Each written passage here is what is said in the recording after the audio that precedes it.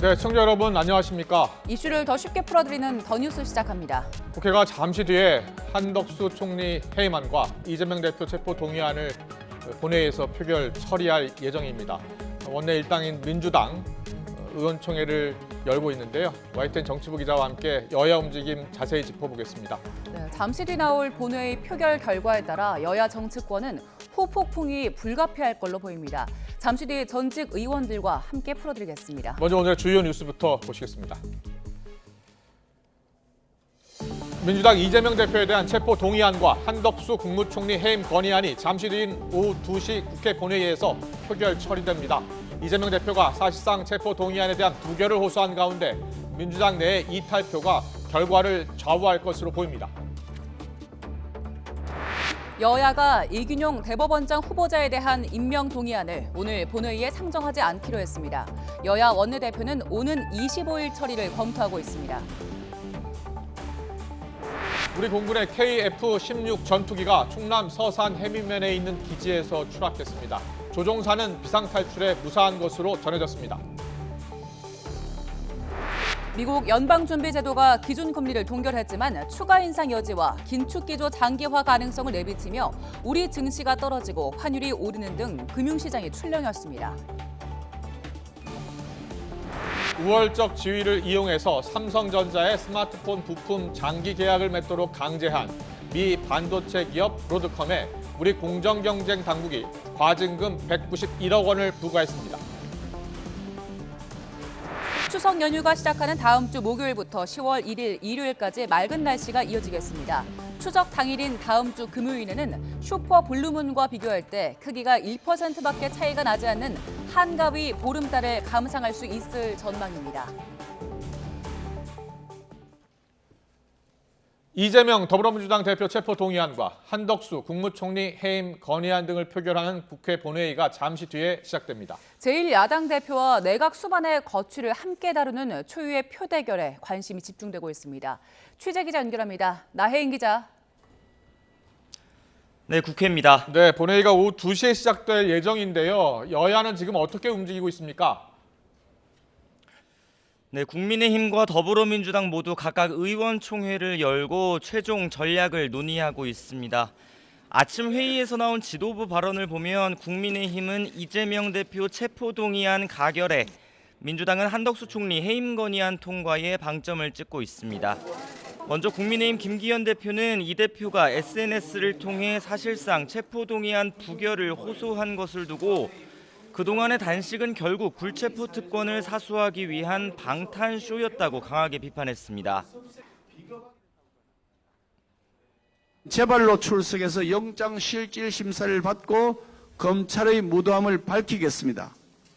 이 말은 불과 석 달 전에 이재명 대표가 국회 본회의장 앞에서 모든 국민들이 지켜보는 가운데 공공연히 했던 발언입니다. 반면 민주당 박광원 원내대표는 윤석열 정부가 민생을 외면한 채 30% 국민만 바라보는 이념 정치로 국론을 분열시키고 있다며 총리 해임 건의안 통과로 정권의 폭주를 막겠다고 말했습니다. 국무총리 해임 건의안의 본질은 대통령을 향한 국민의 강력한 경고입니다. 국회에서 통과되는 즉시 대통령은 이를 겸허히 수용해야 합니다. 그리고 국민과 국회 의견을 충분히 수렴해서 국민 통합형 국무총리를 지명하기 바랍니다. 오늘 두 가지 안건 중에서는 한 총리 해임 건의안이 먼저 표결될 예정입니다. 재적 의원 과반 찬성이 가결 요건이어서 민주당 단독으로 통과시킬 수 있지만 강제성은 없습니다. 이재명 대표 체포동의안의 가결 요건은 재적 의원 과반 출석에 출석 의원 과반 찬성입니다. 본회의 불참 방침을 밝힌 이 대표와 해외 순방 중인 박진 외교부 장관, 구속 상태인 윤관석 의원을 제외하고 모든 의원이 회의에 나오면 295명이 표를 던질 수 있습니다. 이 경우에 148명 이상 찬성하면 체포동의안은 가결됩니다. 국민의힘과 불체포 특권 포기를 당론으로 정한 정의당, 또 여권 성향 비교섭단체 의원 전원이 찬성표를 던진다고 가정하면 120표라서 민주당에서 최소 28명 이상이 이 대표에게 등을 돌릴지가 관건입니다. 민주당 지도부는 어제 의원총회에서는 부결표를 던지는 게 적절하다는 의견을 소속 의원들에게 전달했지만 당론으로 정하지는 않았습니다.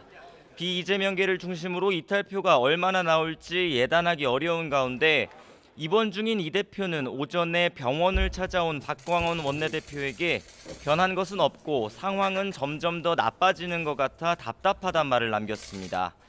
이 대표를 지지하는 당원들은 오전부터 국회 앞에서 체포동의안 부결을 결의하는 대규모 집회를 열고 있습니다.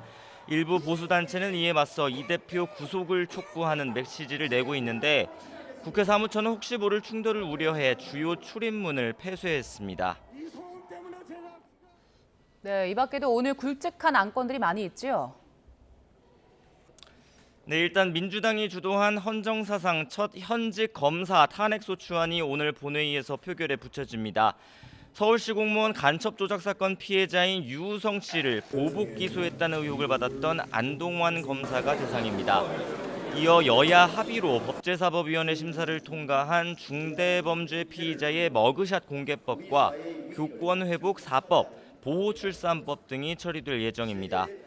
다만 어제 인사청문 절차가 끝난 이균용 대법원장 후보자의 임명 동의안은 일단 오늘은 표결하지 않기로 여야가 뜻을 모았습니다. 오전에 여당은 적격, 야당은 부적격 의견을 담아서 심사 경과 보고서까지는 채택했는데 오늘 본회의 상황이 너무 복잡해서 조금 더 시간을 갖기로 했습니다. 이 밖에 민주당은 쟁점 법안인 노란봉투법과 방송법도 오늘 본회의에 상정해달라고 김진표 국회의장에게 요구하고 있습니다. 또 해병대원 순직 사건 수사 외압 의혹 관련 특검법도 신속 처리 안건으로 지정하는 방안을 추진하고 있습니다. 지금까지 국회에서 전해드렸습니다. 간첩 조작 사건 피해자 유우성 씨가 자신을 보복 기소했다는 의혹을 받는 검사의 탄핵소추안이 국회에 보고된 것에 대해 사필 규정이라고 밝혔습니다. 유 씨는 오늘 서울 고등법원에서 열린 국가상대 손해배상 소송 항소심에 참석하기 위해 법원을 찾아 이같이 말했습니다. 서울시 공무원으로 근무하던 탈북민 유 씨는 간첩 혐의 등으로 기소됐다가 국정원의 증거 조작 정황이 드러나면서 지난 2015년 무죄를 확정받았습니다. 그런데 검찰이 기소 유예 처분했던 대북 송금 혐의 등으로 유 씨를 다시 재판에 넘겨 보복 기소 논란이 일었고 대법원에서 공소권 남용 판결이 확정됐습니다. 네, 충남 서산 공군부대에서 이륙하던 전투기가 추락했습니다. 조종사는 비상탈출해서 무사한 걸로 전해졌는데요. 취재기자 연결해서 자세히 알아보겠습니다. 이문석 기자. 네, 대전 충남 세종 취재본부입니다. 네, 오늘 사고는 언제쯤 발생했습니까? 네, 오늘 오전 8시 20분쯤 공군 제20 전투비행단 소속 KF-16 전투기 한 대가 충남 서산 해미면에 있는 기지에서 추락했습니다. 임무를 위해 이륙하던 상황이었습니다. 공군 측은 다행히 조종사가 비상탈출해 무사한 상태로 병원에 옮겨졌다고 전했습니다. 큰 부상은 없고 정밀 진단을 위해 이송했다고 설명했습니다. 인근에 사는 주민들은 부대 안에서 불이 난 줄 알고 화재 신고를 하기도 했습니다. 주민의 말 직접 들어보겠습니다. 새까만 연기가 막 방울 막 엄청 났어요. 한 10분 동안 났을 거예요. 한 10분 동안. 공군은 추락 지점이 기지 내여서 민간 피해는 없었다고 밝혔습니다. 현재 기지 내부 진입이 통제된 상황이어서 전투기가 추락한 지점이 정확히 어디인지는 알려지지 않고 있습니다. 공군은 추락 사고와 관련해 부대 내에서 군인 인명 피해가 추가 발생한 것도 없다고 답했습니다. 네, 이번에 추락한 전투기 기종이 F-16, KF-16 전투기 기종인데 이 전투기가 이전에도 여러 차례 사고가 났었죠? 네, 맞습니다. KF-16은 F-16 계열로 국산화한 부품을 조립 생산하는 방식으로 전력화한 전투기입니다. 가까이는 지난해 11월 19 전투비행단 소속 전투기가 엔진 연료 펌프 손상으로 추락했습니다.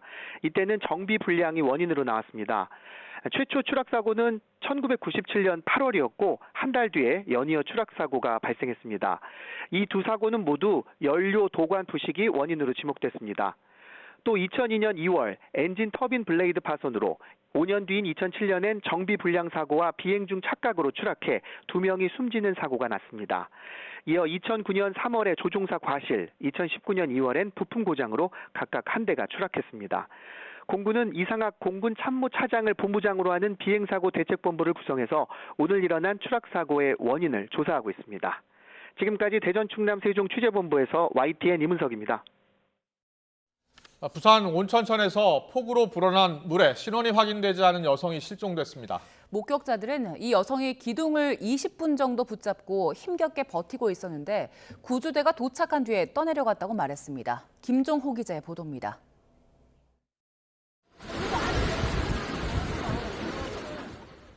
(50대로) 추정되는 여성이 수위가 급상승한 부산 온천천에서 도시철도 역사 기둥을 붙잡고 있습니다. 거센 물살을 등지고 있어 위태롭게 보이는데 마침 구조대가 도착합니다. 하지만 기둥을 잡고 있던 손을 놓치며 물살을 따라 순식간에 떠내려갑니다. 아줌마가 매달렸으니까 아줌마 힘내세요 힘내세요 막 그러는데 아줌마 기운이 빠지니까 물살이 세니까 놓쳐버려. 20분을 매달렸는데. 소방관들이 물에 잠긴 산책로로 내려가 수색 작업을 벌입니다. 온천천은 수영강으로 이어지고 다시 바다와 만나게 되면서 수색 구간이 5km가 넘습니다. 소방과 경찰뿐만 아니라 구청에서도 인력이 동원됐지만 비가 계속 내리면서 유속이 빨라져 수색에 어려움을 겪었습니다. 해경까지 수색에 합세했는데 아직 사라진 여성을 발견했다는 소식은 전해지지 않았습니다. 부산시는 호우주의보가 내려지면서 시차를 두고 하천 옆 산책로를 통제했는데 금정구 지역 온천천의 경우 오후 5시 반쯤 통제 조치했다고 설명했습니다. 사라진 여성이 온천천 산책로로 내려간 게 통제 전인지 후인지도 아직 확인되지 않고 있습니다. YTN 김종호입니다. 남부지방을 중심으로 비 피해가 잇따랐습니다. 대전시 괴곡동 유원지에서 야영객 2명이 불어난 물에 고립됐다 구조됐고 충남 논산에서는 하천 옆에 주차됐던 대형 화물차 2대가 침수됐습니다. 또 주택과 도로 침수, 나무 쓰러짐 등 대전과 충남, 세종 소방본부로 비 피해 120여 건이 신고된 걸로 조사됐습니다. 어제 저녁 11시 반쯤에는 경북 안동시 일직면에서 갑작스러운 폭우로 하천이 범람하면서 승용차 한 대가 물에 잠겼습니다. 소방은 하천 건너편에서 낚시하던 2명에게 구명조끼를 입혀 안전한 곳으로 대피시켰습니다. 이에 앞서 저녁 8시 반쯤엔 경북 영양군 청기면에서도 하천 수위가 높아져 달리던 차 한 대가 물에 잠겼습니다. 출동한 소방당국은 차에 갇힌 운전자를 구조하고 견인차를 동원해 차를 꺼냈습니다. 제주에서는 빗길에 오중 추돌 사고가 나 1명이 숨지고 7명이 다쳤습니다. 오늘 새벽 5시 반쯤 제주시 애월읍 고성교차로에서 차량 5대가 잇따라 부딪히는 사고가 났습니다. 이 사고로 승용차 운전자 1명이 숨지고 SUV와 승합차 탑승자 7명이 중경상을 입어 병원으로 옮겨져 치료를 받고 있습니다. 네, 어제는 마치 여름비처럼 호우가 쏟아지더니 오늘은 선선한 가을 날씨가 이어지고 있습니다. 이런 선선한 날씨가 추석 연휴까지 이어질지 궁금한 분들 많을 텐데요. 기상캐스터 연결해서 날씨 알아보겠습니다. 원희다 캐스터. 네, 서울 상암동에 나와 있습니다. 오늘 완연한 가을 날씨인데요. 올해 추석 연휴 날씨 예보가 나왔다고요? 네, 아직 정확하진 않지만 이번 추석 연휴 대체로 맑고 선선한 가을 날씨가 예상됩니다. 따라서 귀성길 날씨로 인한 불편은 없겠는데요. 다음 주 초반 비가 한 차례 지나겠지만 다행히 연휴가 시작되는 목요일부터는 다시 맑은 하늘이 함께하겠습니다. 이후 10월 1일 일요일까지 비 예보 없이 맑거나 구름만 지나는 날씨가 이어지겠습니다. 따라서 전국 어디에서나 둥글고 큰 한가위 보름달을 감상할 수 있겠습니다. 네, 그럼 내일 날씨는 어떨까요? 네, 오늘은 한낮에도 선선함이 감돌고 있습니다. 현재 서울 기온 23도 안팎에 머물고 있는데요.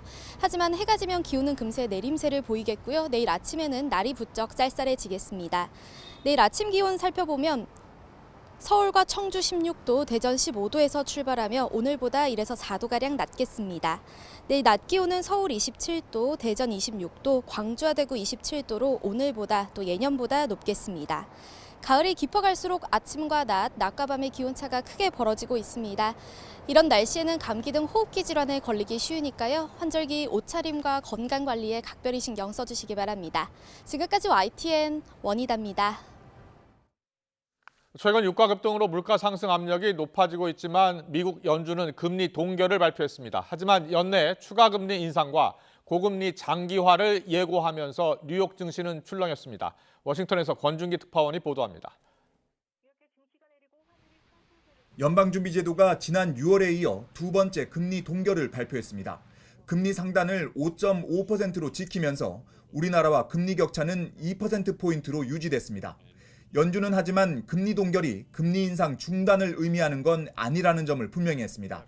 연준의 목표 금리를 나타내는 점도표는 올해 안에 0.25%포인트 추가 금리 인상 가능성에 무게를 실었습니다.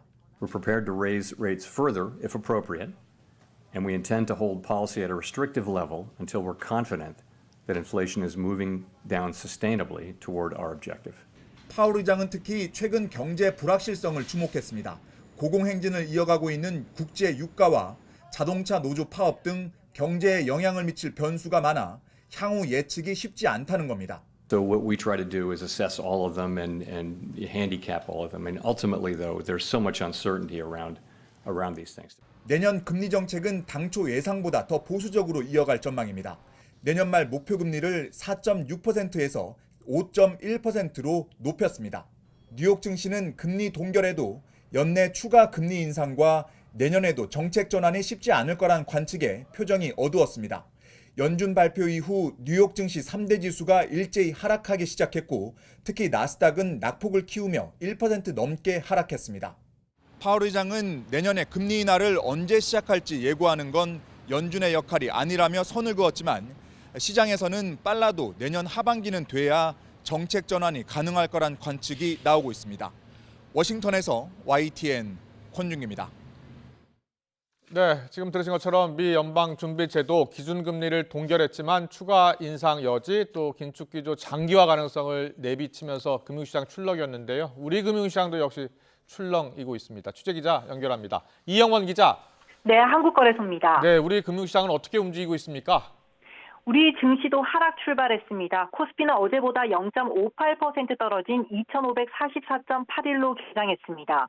지금은 2,510대까지 떨어져 하락세를 이어가고 있습니다.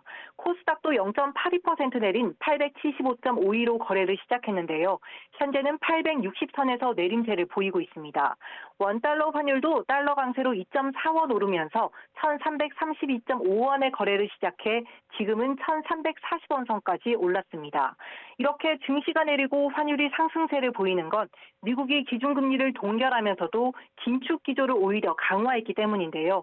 미국 연방준비제도가 연방공개시장위원회 FOMC에서 올해 추가 인상 가능성을 열어둔 겁니다. 특히 시장이 주목한 건 내년 금리 전망이 상향 조정된 점입니다. 내년 기준금리 예상치 중간값을 지난 6월 결정 때보다 0.5%포인트 높인 겁니다. 내년에 연준의 금리 인하 시점이 시장 예상보다 늦거나 하락폭이 크지 않을 수 있다는 해석이 나오면서 우리 증시와 환율 변동성이 커진 모양새입니다. 네, 우리 정부, 금융당국도 긴급 점검에 나섰다고요? 네, 정부는 비상거시경제금융회의를 열고 이번 미국 연준의 결정 여파를 점검했습니다. 추경호 부총리는 고금리 장기화 가능성이 한층 커진 만큼 경계심을 갖고 대응하겠다고 밝혔는데요. 직접 들어보겠습니다. 근본 FOMC 결과에서 나타나듯이 고금리 장기화 가능성이 한층 높아짐에 따라 글로벌 금융시장의 변동성이 확대될 가능성이 상존하여 정부와 한국은행은 각별한 경계감을 가지고 빈틈없는 공조하에 긴밀히 대응해 나가겠습니다. 한국은행도 시장 상황 점검 회의를 열고 이번 FOMC 회의 결과가 우리 금융, 외환 시장에 미칠 영향을 살폈습니다.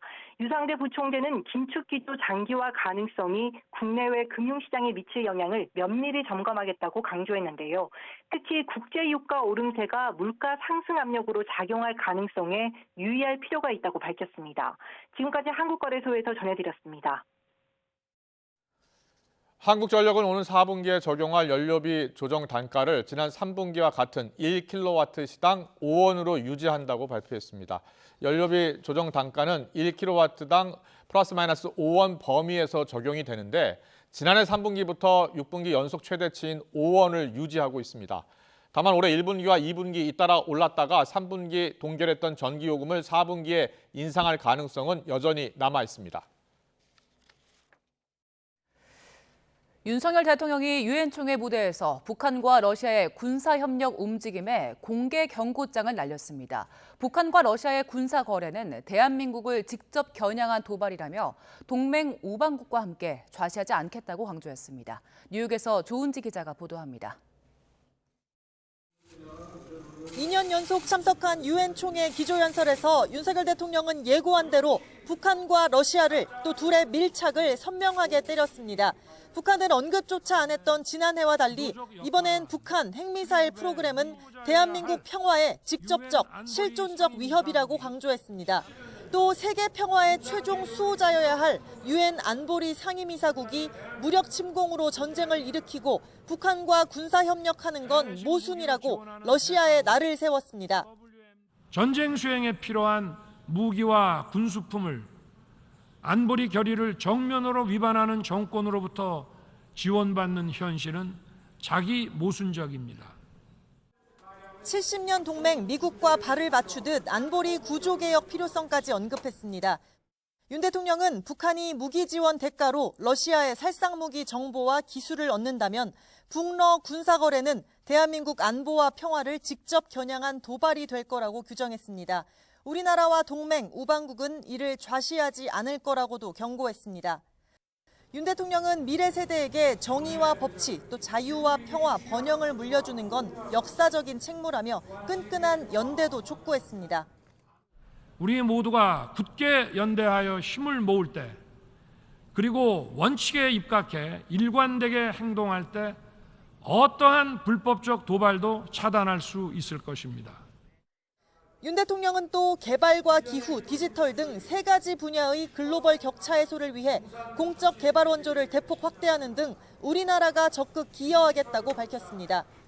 연설 마지막 부분에는 6.25 전쟁 때 북한이 자유의 최후 보루로 한강의 기적을 이끌었다. 그 경험을 세계와 공유하겠다며 2030년 부산 엑스포에 한 표를 요청했습니다.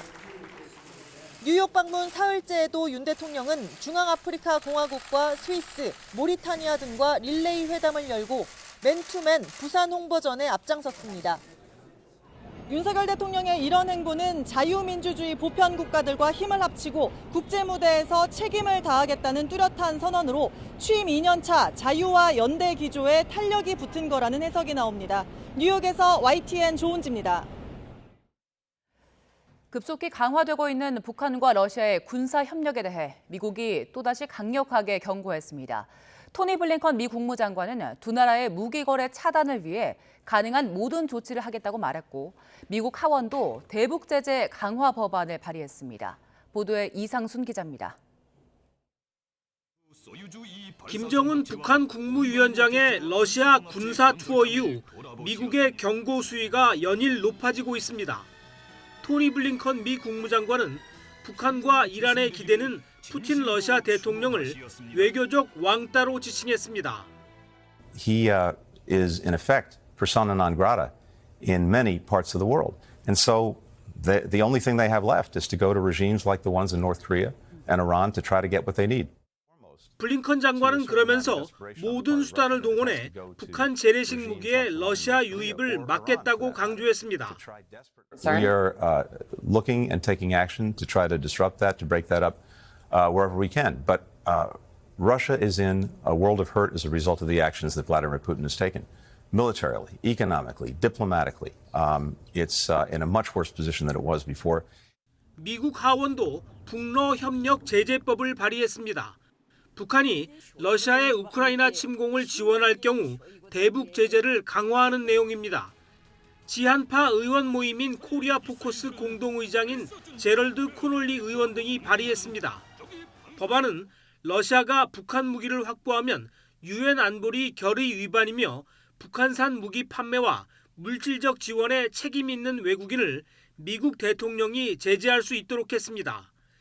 무기 거래에 필요한 금융 서비스를 제공한 외국 금융기관도 법안의 제재 대상에 포함됐습니다.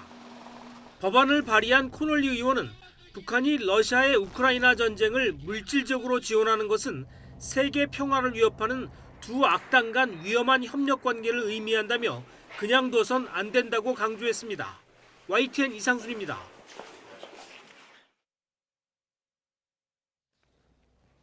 북한 매체는 김정은 국무위원장이 러시아 방문해서 대대적인 성과를 거뒀다고 주장했습니다. 노동당 기관지 노동신문은 사설에서 김정은의 방러를 역사적 대외혁명 활동으로 치켜세운 뒤 북러 친선과 협조 관계를 새로운 높은 단계로 강화, 발전시켰다고 평가했습니다. 그러면서 이번 방문으로 세계 정치 흐름을 주도해 나가는 북한의 국제적 지위와 영향력이 다시 한번 과시됐다고 덧붙였습니다.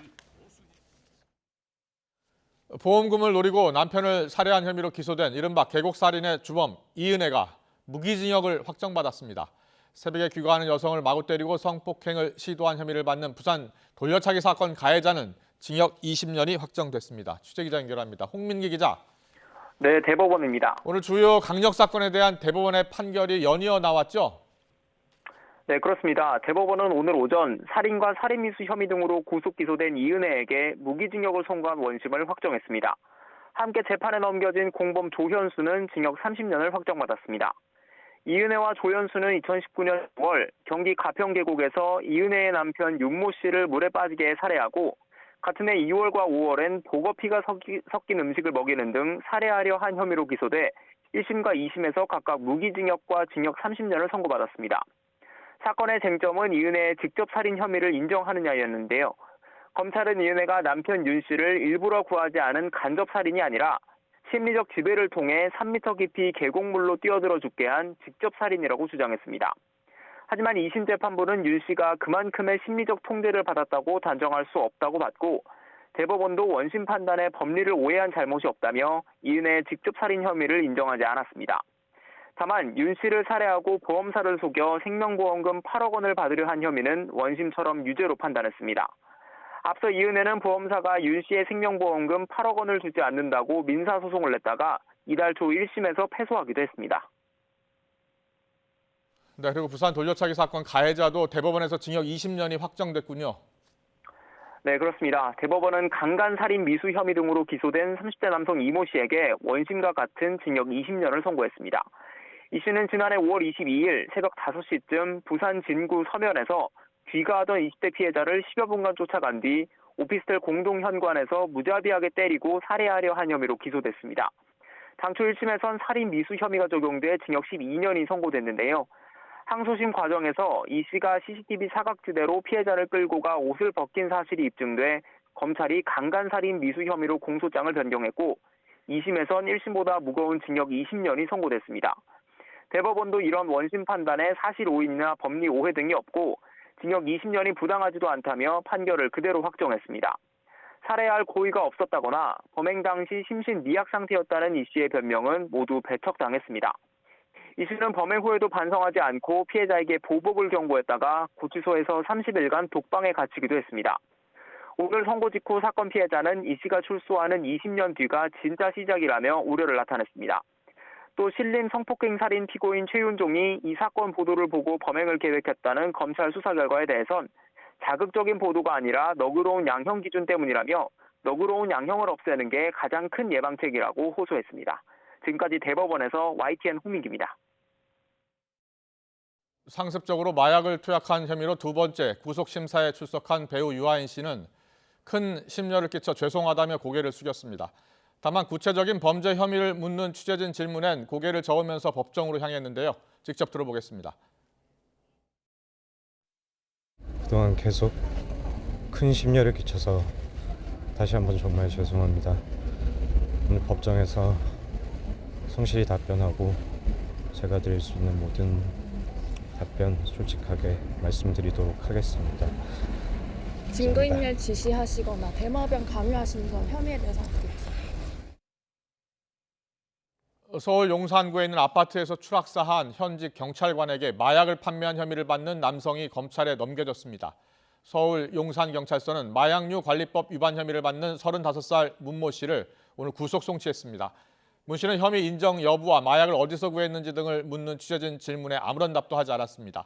앞서 경찰은 숨진 A 경장의 휴대전화를 분석하는 과정에서 문 씨와 A 경장이 마약을 거래한 정황을 포착했습니다.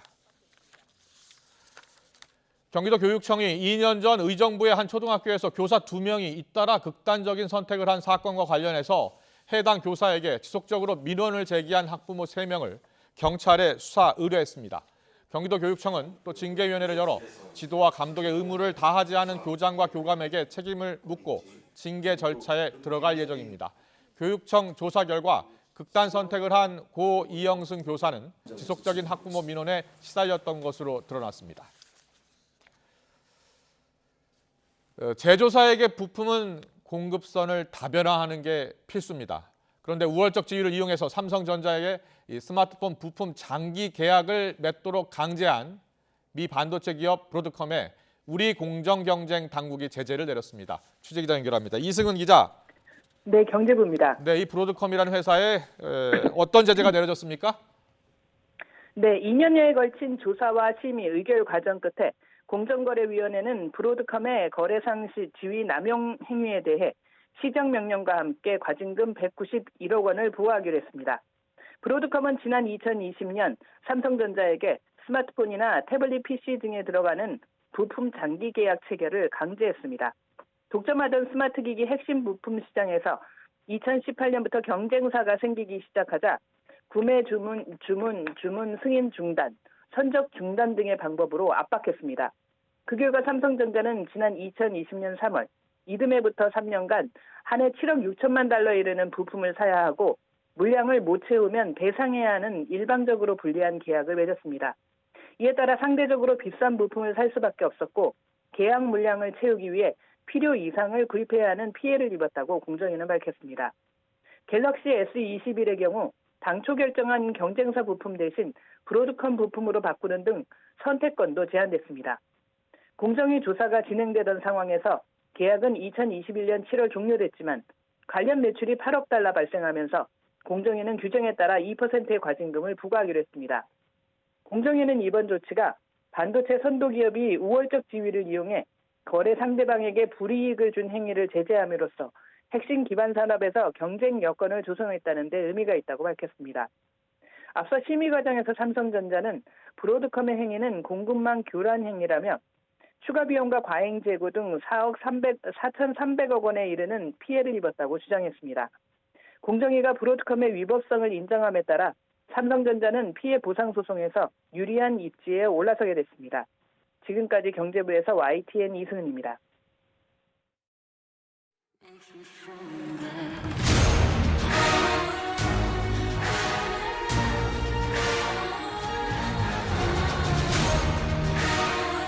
죄질과 범행의 규모 면에서 단 한 건만이라도 구속이 될 만한 중대 범죄들입니다. 부결되었음을 선포합니다.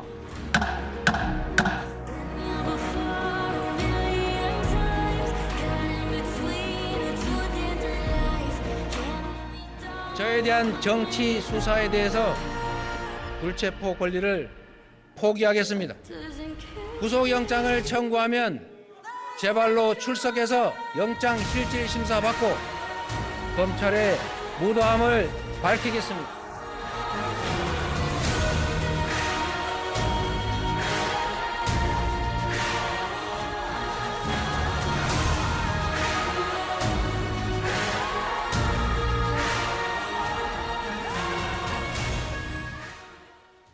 네, 앞서 계속 전해드리고 있었는데요. 국회 본회의 오후 2시 예정됐었는데 조금 전에 개의를 했습니다.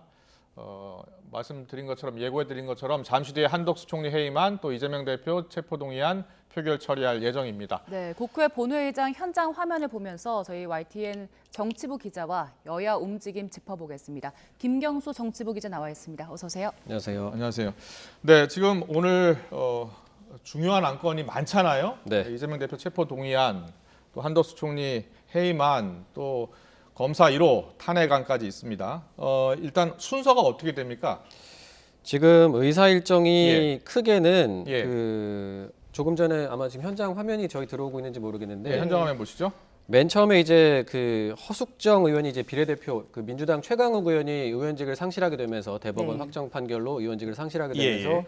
그 다음 순번인 그 비례대표 허숙정 의원이 이제 승계를 하게 돼서 예. 허숙정 의원이 오늘 본회의장에 처음 나와서 인사를 하고 선서를 예. 하는 그런 순서가 있었고요. 그리고 예. 그 다음 순서로는 지금 보시는 게 배진규 정의당 원내대표의 국회 연설이 지금 진행이 되고 있습니다. 예. 이 연설 이후에 예상되기로는 이제 이른바 교권보호 4법이라고 하는 그 법안을 먼저 여야가 처리를 하고 예. 그 다음에 이제 아까 말씀하신 한덕수 총리 해임 건의안, 이재명 대표 체포 동의안, 또 예. 검사 탄핵 소추안 이렇게 처리를 할 것으로 지금 전망이 되고 있습니다. 그렇군요. 오늘 예. 원래 이균용 대법원장 후보자 임명 동의안도 예. 표결에 붙여질 수는 있었는데 앞서 여야 원내대표가 국회의장과 이제 회동을 했고요. 예.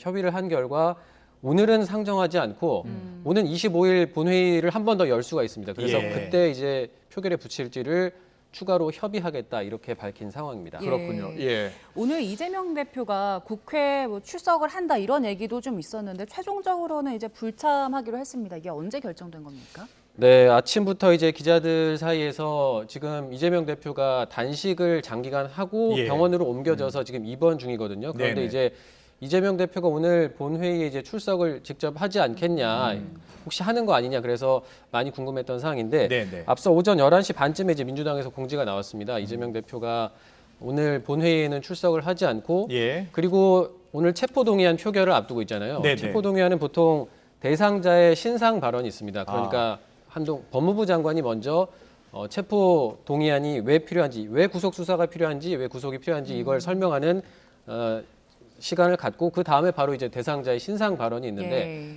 1차 체포 동의안 때도 표결 때도 그런 순서로 진행이 됐었거든요. 네네. 한동훈 장관이 설명을 하고 이재명 대표가 직접 신상 발언을 했었는데 그래서 오늘 그 신상 발언 순서에 이재명 대표가 혹시 직접 나오는 거 아니냐 이런 관측들도 있었지만 예. 결론적으로는 이 대표가 신상 발언도 없을 거고 그리고 별도의 메시지도 내지 않을 거다라고 이렇게 당을 통해서 네. 공지를 냈습니다.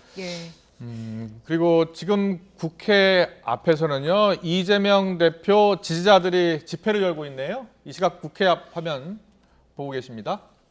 네, 지금 국회 앞에 예. 아까 제가 들었을 때는 한 3,700명 정도가 그러니까 이재명 대표 지지자 쪽이 많은 거죠. 예, 네. 그쪽에서 이렇게 국회 앞에 와서 이재명 대표를 지키자라는 취지의 주장을 하면서 국회 앞에서 집회를 하고 있다고 합니다. 예. 그리고 또 이제 오늘 체포 동의안 가결을 주장하는 또 일부 또 사람들도 저 앞에 있는데 예. 약간의 충돌이 생기기도 했었다 이런 얘기들이 현장에서 전해지고 있습니다. 그렇군요. 예. 오늘 오전에 박광원 원내대표가 이재명 대표 직접 찾아가서 녹색병원에서 만났잖아요. 네. 그때 어떤 이야기 오갔습니까? 박광원 원내대표가 그 이재명 대표 입원 중인 녹색병원에 가서 예. 그 일단 단식을 중단해 달라는 뜻을 전했다고 했고요. 예.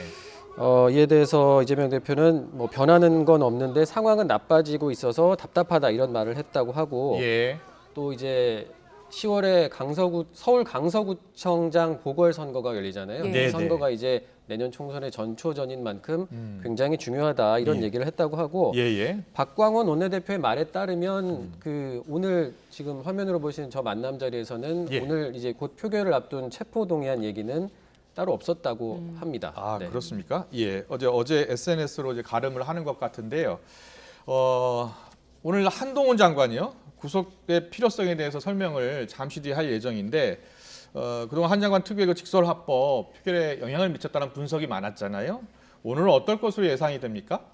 아무래도 이제 한동훈 장관이 그 말씀하신 것처럼 예. 이렇게 뭐 좀 강한 표현이라든지 이런 어휘를 쓰다 보니까 현장에 있는 민주당 의원들을 자극해서 예전에 뭐 그런 얘기도 나왔었습니다. 꼭 이재명 대표 체포 동의안뿐만 아니라 노웅래 의원이라든지 이런 예. 체포 동의안 표결 당시에도 한동훈 장관의 발언 때문에 그 발언이 민주당 의원들을 자극해서 오히려 더 부결표로 이제 가게 하는 게 아니냐 뭐 이런 분석도 있었거든요. 예. 그래서 한동훈 장관의 화법이야 원래 또 이제 직설적이고 좀뭐 어떻게 보면 공격적으로 하는 예, 그래서 다른 장관에 비해서 직격탄 날리는 발언을 많이 하죠. 네, 예. 그 부분은 뭐 다들 이견이 없으실 것 같은데 예. 그래서 아마 오늘도 지난번 1차 체포 동의안 표결 때도 그렇게 이제 설명을 했었고 오늘도 아마 비슷한 상황이 생기지 않을까 예측을 해볼 수가 있는데 예. 그리고 이제 이 대표 구속이 필요한 이유를 아마 조목조목 설명을 할 것으로 보이는데 네네. 이제 구속 영장에 담긴 내용 외에 또 어떤 것들이 뭐 추가로 혹시 나올지 이런 부분들도 좀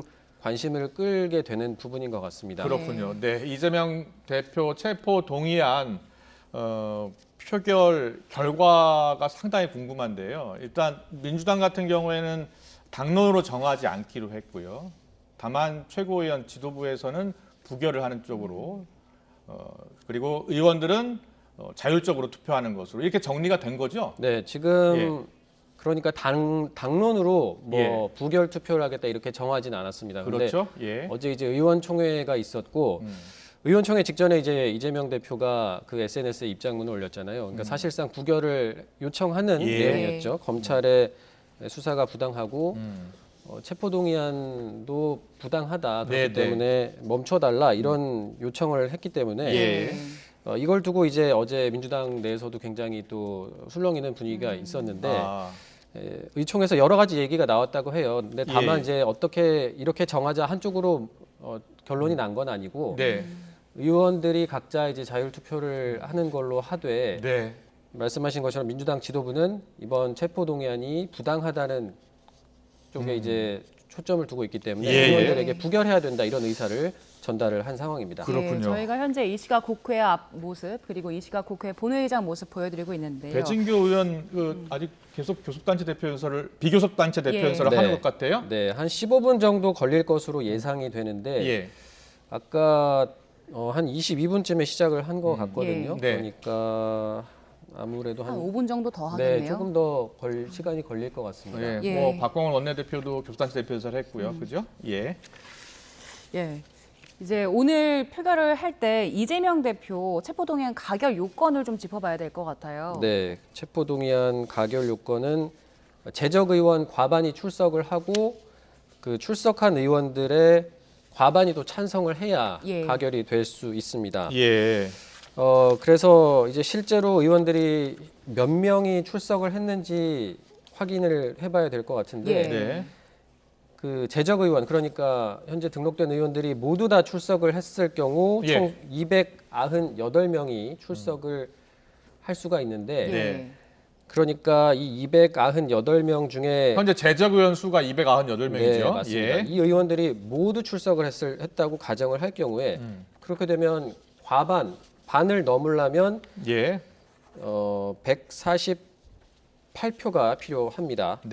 그런데 말씀드린 게 제가 그 지금 출석을 298명이 다 했을 때를 말씀드렸잖아요. 그런데 지금 말씀하신 그 앞에 얘기했던 것처럼 이재명 대표 같은 경우에 지금 병원에 입원을 해 있어서 오늘 본회의 못 나온다고 했고 그리고 윤관석 의원은 현재 구속 상태라서 역시나 출석이 불가능합니다. 그리고 박진 외교부 장관 같은 경우에도 지금 대통령 해외 순방에 같이 가 있기 때문에 이 3명이 출석이 안 되는 겁니다. 그렇기 때문에 아까 재적 의원 298명 중에 3명을 빼고 모두 다 출석할 수 있는 게 최대 수가 295명이고요. 저희가 이제 그래픽으로 오른쪽에 준비를 했습니다. 출석 불가 의원 이재명 의원, 박진 의원 외교부 장관이죠. 그리고 윤관석 의원 구속됐고요. 해외 순방 중이군요. 그래서 295명이 이제 출석할 것으로 보이고요. 295의 반은 147.5잖아요. 그 반을 넘어야 되기 때문에 과반이 그래서 148명을 채워야 가결이 될 수가 있습니다. 그렇군요. 그런데 옆에 이제 지난 2월 당시 체포동의안 표결 상황을 보여드리고 있어요. 근데 지난 2월과 이번 9월 체포동의안 어떻게 좀 다를 것 같습니까? 구성을 좀 볼까요? 지난 1월에 지금 앞서 2월이었습니다. 지난 2월 27일. 2월 27일에 이재명 대표 1차 체포 동의안 표결이 있었습니다. 그때는 구속영장이 이재명 대표에 대해서 청구됐던 게 위례 대장동 의혹 그리고 성남FC 불법 후원금 의혹과 관련해서 구속영장이 청구가 됐었고 마찬가지로 그때 오늘처럼 본회의가 열려서 체포동의안 표결 절차에 들어갔었습니다. 그래서 결과는 당시에 이제 표결에 참여한 의원이 총 297명이었어요. 예. 그런데 이때 정족수가 149명, 그러니까 149표 찬성이 나와야 가결이 되는 거였는데 예. 표결 결과를 보니까 찬성 139, 반대 138, 기권 9, 무효 11가 나왔습니다. 예. 찬성이 139로 한 표가 더 많긴 한데 예. 아까 말씀드린 것처럼 가결 정족수가 149인데 이걸 채우지 못했기 때문에 그렇군요. 결론적으로 1차 체포동의안은 부결이 됐습니다. 예. 그런데 이때도 이재명 대표가 신상 발언을 통해서 검찰 수사의 부당함을 네. 강조를 했는데도 불구하고 예.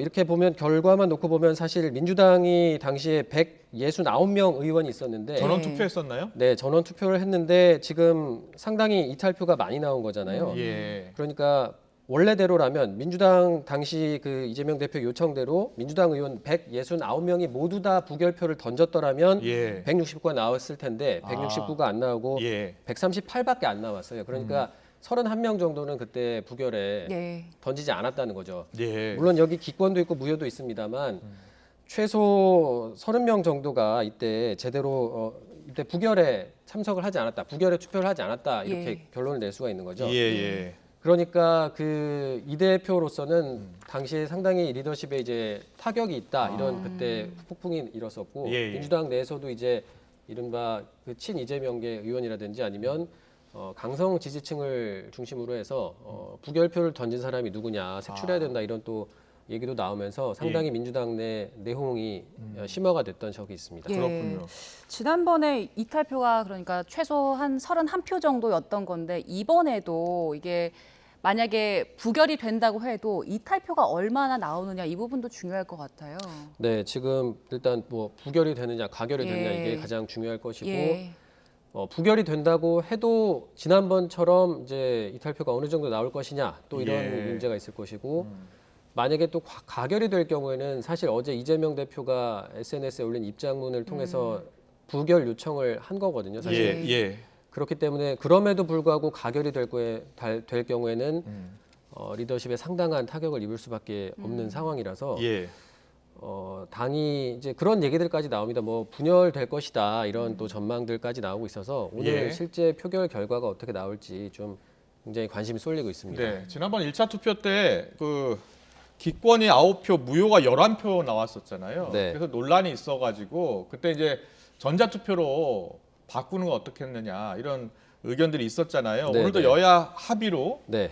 전자투표를 할 것이냐 이 여부를 가지고 논의를 했다고 하는데 네. 어떻게 결론이 났습니까? 결론적으로 이번에도 2차 체포 동의안 표결도 일단 인사 관련 안건은 무조건 다 무기명 투표가 원칙입니다. 그런데 이제 그렇습니다. 이걸 손으로 써서 투표를 할 것이냐 아니면 수기로 하기로 했습니까? 그럼 이번에도 수기로 하는 걸로 결론적으로 결론이 났습니다. 다만 아, 한덕수 총리 해임 건의안도 있잖아요. 예. 오늘 그 안건 같은 경우에는 여야가 합의가 돼서 무기명 전자투표로 진행을 하기로 했고요. 예. 지금 이재명 대표 체포 동의안 같은 경우는 1차 체포 동의안 때와 마찬가지로 예. 수기 무기명 투표를 하게 됐습니다. 여야가 합의가 되지가 않았습니다. 네. 아 그렇습니까? 네. 예. 알겠습니다. 민주당 내에서 28명이 찬성으로 만약에 투표를 한다면 체포안이 가결될 수 있다는 관측이 나오고 있는 겁니다. 네, 그 첨언을 좀 드리면 예. 그 28표가 나오는 이유가 예. 지금 국민의힘 같은 경우에는 체포동의안에 가결 투표를 하겠다라고 밝히고 있고 110명이죠? 네, 예. 110명입니다. 박진 장관을 제외하고 110명이거든요. 예. 그 외에 나머지 정의당 6표 정의당은 불체포 특권 포기를 당론으로 정했기 때문에 네, 예. 가결할 것으로 가결이 유력한 상황이고요. 예. 거기다가 이제 그 군소 정당들이 있어요. 예. 시대전환, 한국의 희망 이렇게 두 당의 구석이 의원들 같은 경우는 가결에 투표를 할 것으로 보이고 그리고 무소속 황보승 의원과 하영재 의원 같은 경우는 국민의힘 소속이었기 때문에 역시나 가결 투표를 할 것으로 전망이 되고 있습니다. 네, 그래서 네. 다 합치면 이제 이게 120표가 되는데 아까 말씀드렸다시피 이번에 가결 정족수가 148이잖아요. 그래서 그 여기 120에다가 28표를 더해야 가결이 될 것이다 이렇게 보고 있습니다. 알겠습니다. 어제 이 대표의 그 SNS 관련해서 저희가 바로 이 시간에 속보를 전해드렸어요. 그래서 오늘 아침에 많은 전문가들이 언론들도 그렇고 정치권에서는 이 대표의 SNS 승부수다. 약이 될 수도 있고 독이 될 수도 있다. 이런 분석이 많았거든요. 네. 어떻게들 보고 있는 겁니까? 사실 어제 그 SNS 메시지가 나온 다음에 비판이 나왔던 지점이 뭐냐면 이재명 대표가 예전에 6월에 국회 교섭단체 대표연설에서 이제 원래 사전 원고에 없던 그 깜짝 발언을 통해서 불체포 특권을 포기하겠다 이런 얘기를 했었잖아요. 그렇기 때문에 물론 그동안 이제 이번 체포동의안, 2차 체포동의안에 대해서 뭐 가결 또는 부결해달라 이런 입장을 명확히 밝히지 않고 있었는데 그런 발언을 했기 때문에 당연히 가결을 해달라고 하지 않겠냐 이런 또 예상이 있었습니다. 하지만 어제 나온 그 SNS 메시지 같은 경우는 좀 그 예상을 뒤엎는 거였고 그동안 그리고 사실 이재명 대표의 단식이 길어지면서 당내 검찰 수사가 좀 너무하다. 부결에 좀 힘을 실어야 된다. 이런 또 여론이 좀 확산한 건 사실이었거든요. 그런데 어제 본인의 과거 국회 연설을 좀 뒤집는 듯한 이런 입장이 나오면서 좀 분위기가 많이 혼란스러워졌었습니다. 이렇게 되면 이제 이재명 대표 입장에서는 검찰이 굳이 비회기 기간을 놔두고 그러니까 체포동의안 표결을 하지 않아도 되는 비회기 기간에 얼마든지 영장을 칠 수 있었는데 또 그리고 이번에 정기국회가 12월 9일까지인데 그 이후에 또 영장을 청구해도 되는데 굳이 회기 중에 영장을 청구해서 이렇게 체포동의안 표결을 유도하는 건 민주당의 분열을 노리는 그러니까 정치적인 목적의 영장 청구다라는 입장을 가지고 있거든요. 그렇기 때문에 이제 부결을 호소했는데 다만 이제 이걸 두고 민주당 내에서도 이게 이제 이른바 그동안의 단식이 사실상 뭐 방탄을 위한 게 아니었냐 이런 또 셈이 됐다. 당장 국민의힘에서도 그런 비판이 나오고 있고요. 본인이 말 바꾸기를 한 거다 이렇게 이재명 대표를 향해서 공세를 펴고 있고 그렇기 때문에 이게 이제 오늘 이른바 민주당 의원들의 표심에 좀 어떻게 작용을 할지 특히나 이제 지난번 표결 때 보면 사실 기권 9표, 무효 11표가 있잖아요. 이때 이분들 같은 경우는 이제 고심을 해서 기권을 뭐 무효가 물론 이제 잘못 표시를 해서 무효가 된 것도 있습니다만 무기명 투표이기 때문에 어느 당 누가 투표했는지를 모릅니다. 그렇죠. 누가 했는지는 전혀 모르고 이제 추정을 해볼 수만 있는 건데 그때 만약에 이 기권 9표, 무효 11표에 들어있던 민주당 의원들이 여기 들어있었다고 하면 여기 있던 분들이 이번에 어제 이재명 대표가 입장을 번복하는 듯한 메시지를 내므로 해서 어떻게 선택을 할지 이게 지금 가장 초미의 관심사가 된 거거든요. 근데 이제 어떻게 보면 사실 지난번에 가결을 던졌던 사람은 이번에도 가결을 던질 가능성이 높아 보이고 대신 이때 뭐 기권이라든지 무효를 선택했던 사람은 고심을 할 텐데 어제 이 대표의 메시지가 어떻게 보면 이제 부결을 해달라고 당을 이렇게 좀 결집을 하려는 의도인데 오히려 역풍이 불 가능성도 있습니다. 그러니까 이게 이렇게 방탄 이미지를 당에 고착화시키게 되면 내년 총선도 그렇고 중도층 민심을 잃을 수밖에 없다. 이런 부분을 우려하는 목소리들이 있는 거거든요. 그렇군요. 표결 결과에 따라서 정치권에 큰 후폭풍이 불 것으로 예상이 되고요. 그리고 지금 배진교 의원 정의당 대표 발언 끝났나 봐요. 원내대표 발언 끝난 다음은 것 뭡니까? 그러면 다음 순서는요? 교육위 안건이 남은 건가요? 네, 예상대로라면 그다음에 이제 교육위 안건을 교권보호사법이라고 불리는 안건을 법률안 처리를 먼저 하고 하는 거군요. 왜냐하면 이 법안이 사실 그동안 이제 학교 현장에서 이제 선생님들이 극단적인 선택을 하거나 이런 경우들도 많았고 사실 빨리 법을 그러니까 정당한 교육 활동이 아동 학대로 이렇게 매도되거나 선생님들이 굉장히 교육 활동에 지도 활동에 부담을 느낄 수밖에 없는 상황을 개선해야 된다 이런 요구가 거셌잖아요. 그래서 이 법은 사실 오늘 여야가 빨리 최대한 처리를 해야 되는 게 맞는 상황이기 때문에 아마 앞으로 있을 이제 논쟁적인 안건들 해임 건의안, 총리 해임 건의안이나 아니면 이재명 대표 체포동의안 표결 전에 먼저 이 법부터 좀 처리를 하려는 것 같습니다. 김경수 기자, 지금 본회의장 보면요. 의원들이 거의 다 온 것 같습니까? 오늘 저희가 의결 정족수 얘기했잖아요. 그래서 최대 출석하면 295명 정도가 될 것이다 했는데 지금 상황 보면은 이게 어느 정도나 온 겁니까? 한번 지금 확인을 해봐야 될 것 같은데 최종 확인은 아직 안 된 것 같아요. 일단 민주당 의원들은 아까 말씀드린 윤관석 의원 물론 지금 무소속입니다만 윤관석 의원은 구속 상태라서 출석을 할 수가 없고 이재명 대표 출석을 못했고 뭐 해외 순방 중이니까 박진우는 못할 네, 것이고요. 당연히 못할 거고요. 이 부분은 확인을 좀 해봐야 되는 확인되면 상황인 것 같고요.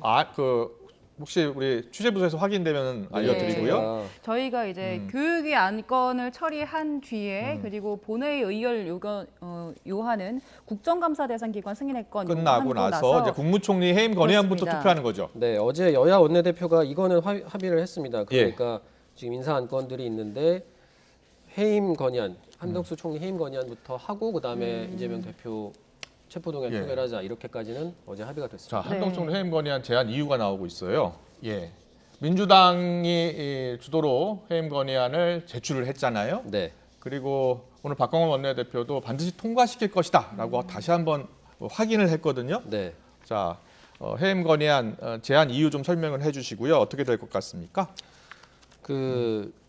이재명 대표가 단식을 하면서 이제 요구했던 것도 뭐 내각 쇄신이라든지 이런 부분이었잖아요. 국정 방향 전환하라 이런 또 요구도 있었고 그동안 이제 민주당이 계속 주장을 해왔던 부분인데 앞서도 지금 그래픽에 여러 가지 나왔지만 뭐 오염수 문제라든지 또 뭐 여러 가지 이슈들이 있었잖아요. 이 부분에 대해서 이제 제대로 대처를 하지 못했다. 그리고 민주당 입장에서는 이제 이게 총리 해임 건이지만 사실상 윤석열 대통령을 향한 경고의 메시지다 이런 또 얘기도 하고 있거든요. 예, 민주당 같은 경우에는요. 이태원 참사를 비롯해 잼버리 사태, 후쿠시마 원전 오염수 방류, 특히 해병대 최상병 사망 사건 수사 외압 의혹 역시 다 모든 책임이 있다. 그래서 한 총리 해임 건의안을 제출해야 한다라는 입장입니다. 네.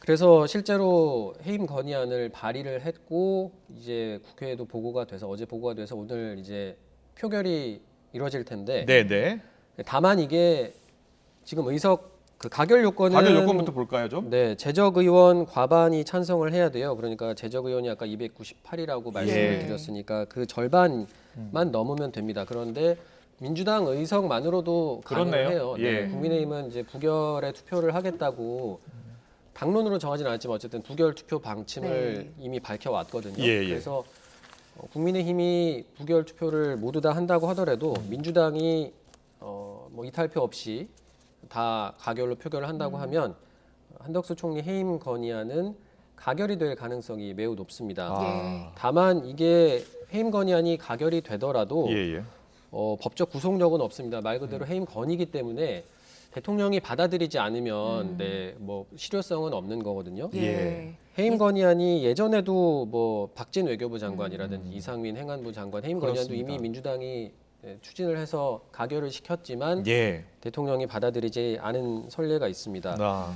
그리고 지금 국민의힘이나 뭐 대통령실 쪽에서도 그 한덕수 총리 해임 건의안 발의를 한 것 자체가 그 이재명 대표 체포동의안에 좀 향하는 시선을 좀 분산하기 위한 것이다. 이른바 물타기용이다. 이렇게 또 보고 있거든요. 그리고 한덕수 총리가 법률이나 뭐 헌법을 위반한 사항이 명백하지 않은데 해임 건의안을 낸 것 자체가 말이 안 된다. 이런 반응을 보이고 있어서 아마 이제 만약에 가결이 되더라도 그게 이제 정치적 의미 외에는 실효성은 없지만 사실 그 총리 해임 건의안이 그동안 발의는 여러 차례 됐었지만 가결이 된 사례는 없었거든요. 그래서 그런 의미는 있을 것 같습니다. 만약에 가결이 되면 이번이 처음인 거죠. 네네, 가결이 되면 첫 총리 해임안 가결로 볼 수 있겠습니다. 자, 지금 뭐 전자투표가 시작이 된 건가요? 자, 우리 확인 좀 해주세요. 지금 투표안입니다. 일부 개정 법률안 통과하는 과정인 것 같고요. 계속해서 좀 더 이야기를 나눠볼까요? 교권 보호 관련 법안들 교권 보호 관련 법안입니다. 투표 중인 것 같아요. 지금 재석 인원이 확인됐는데요. 286인입니다. 286인으로 확인이 됐네요. 그렇네요. 그럼 뭐 더 들어올 수도 있는 거니까요. 좀 끝까지 더 기다려봐야 될 것 같고요.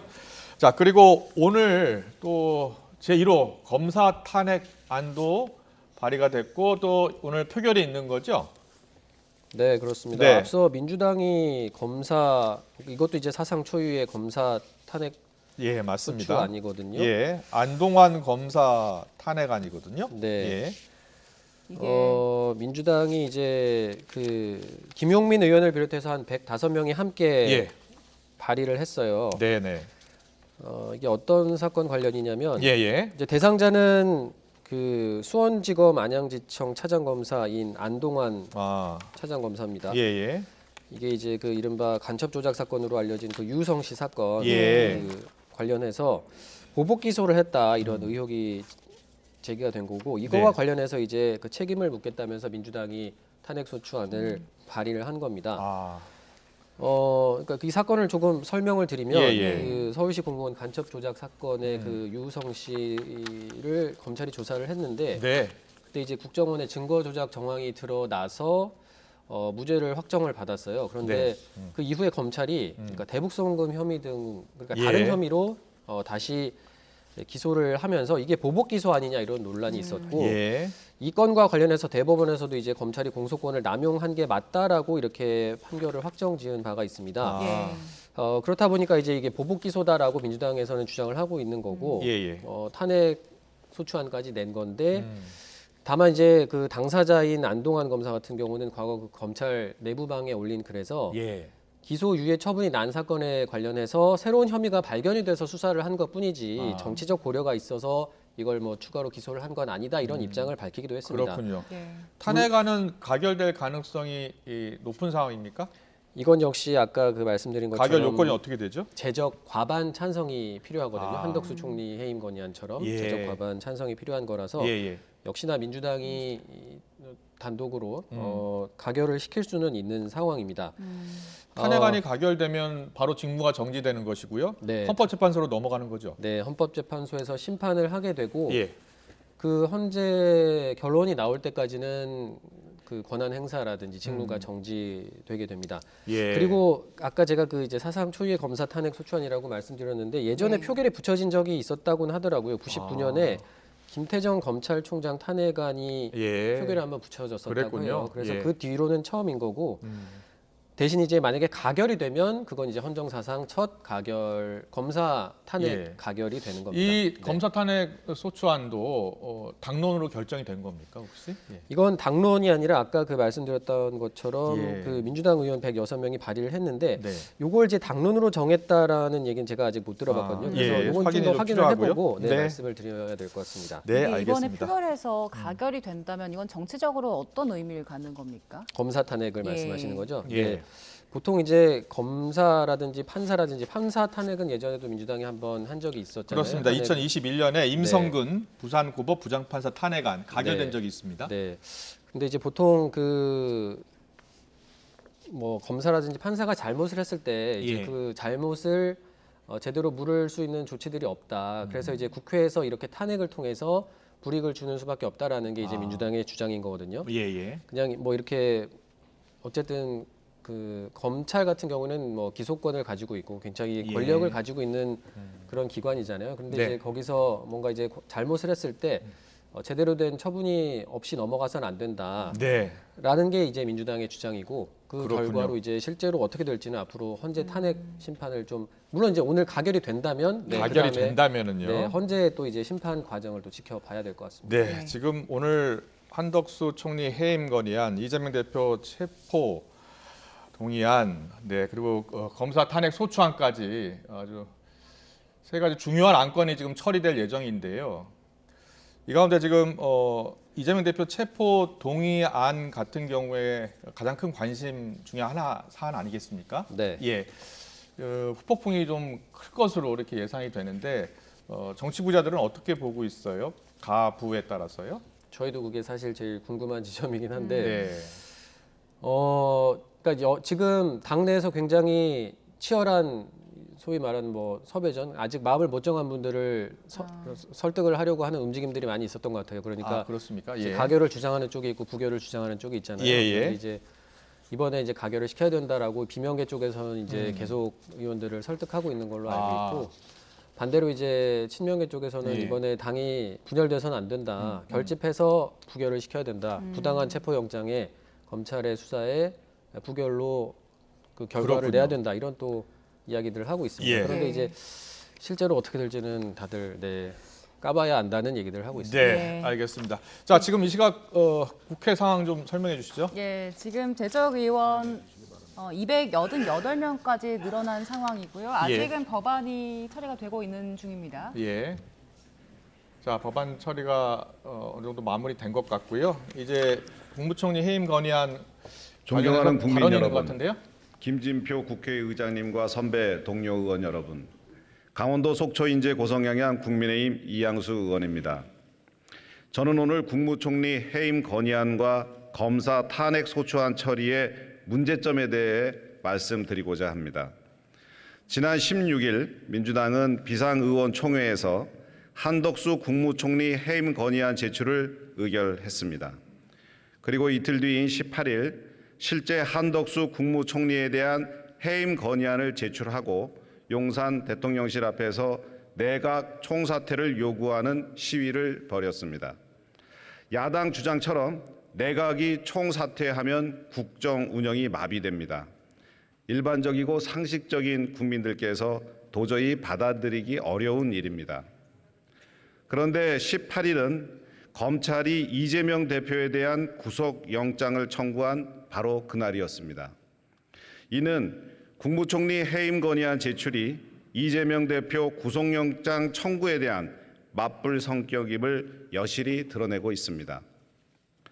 앞서 지난 6월 이재명 대표는 교섭단체 대표 연설에서 불체포 권리를 포기하겠다라고 공언했습니다. 영장 실질 심사를 받고 검찰의 무도함을 밝히겠다라고도 했습니다.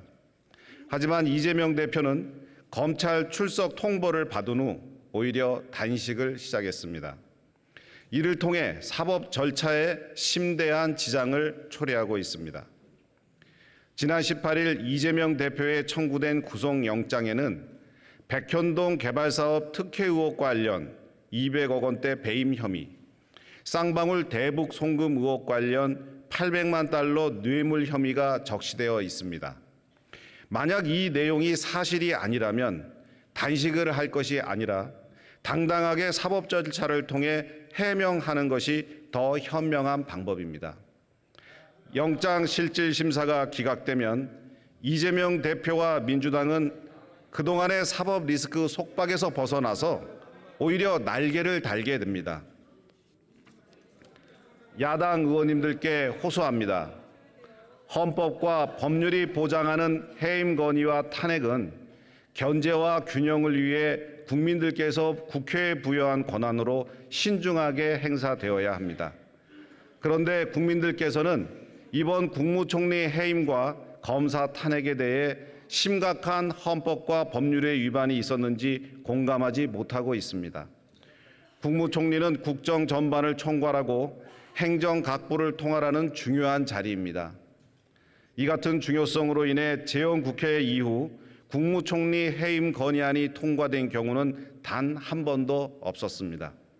이재명 대표를 구하기 위한 정치 공세로 국무총리 해임 건의안을 가결시킨다면 우리 헌정사에 씻을 수 없는 부끄러운 역사로 기록될 것입니다.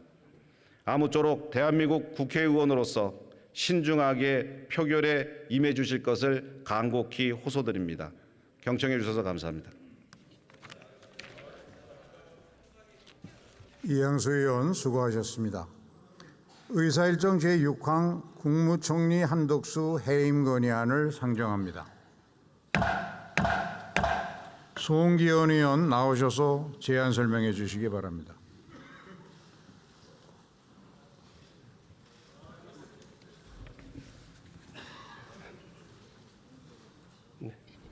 네, 사랑하는 국민 여러분, 존경하는 국회의장님, 선배 동료 의원 여러분, 강원 원주시을 더불어민주당 송기현 의원입니다. 한덕수 국무총리 해임 건의안에 대한 제안 설명을 드리겠습니다. 헌법 제86조 제2항에 따르면 국무총리는 대통령을 보좌하며 행정에 관하여 대통령의 명을 받아 행정각부를 통할한다고 규정하고 있습니다. 한 총리는 후보자 시절 국무총리가 되면 책임 총리로서 확고한 권한을 행사하겠다고 밝혔습니다. 그러나 이 발언에 지금 동의하는 국민은 아무도 안 계실 겁니다. 윤석열 정부 출범 이후 벌어진 행정, 외교, 안보, 경제 등 국정 전 분야에 걸쳐 자행된 광범위한 무능과 폭망 사태의 중심에 총리가 있었기 때문입니다. 무책임한 내각 운영으로 민생과 민주주의, 한반도 평화의 위기를 불러왔습니다. 그런데도 반성은커녕 전 정권 탓, 야당 탓, 국민 탓으로 돌리기에 바빴습니다. 균형과 소통, 공정과 상식을 잊은 내각은 총체적 망국 내각으로 전락하고 말았습니다.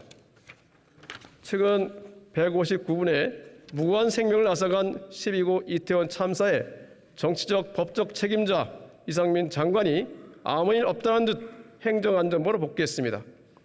해임 건의가 필요한 중대한 일이 발생하면 대통령께 말씀드리겠다. 장관에게 권한을 확실히 위임한과 동시에 결과에 대한 책임을 묻겠다. 라고 한 총리의 발언도 실현이 됐습니다. 외교망신을 초래한 잼버리 사태에서도 국정운영 컨트롤러로서의 총리의 모습은 찾아볼 수 없었습니다. 잼버리 파행의 책임을 지방정부에 돌리고 전 정부와 현 정부를 갈라쳤습니다.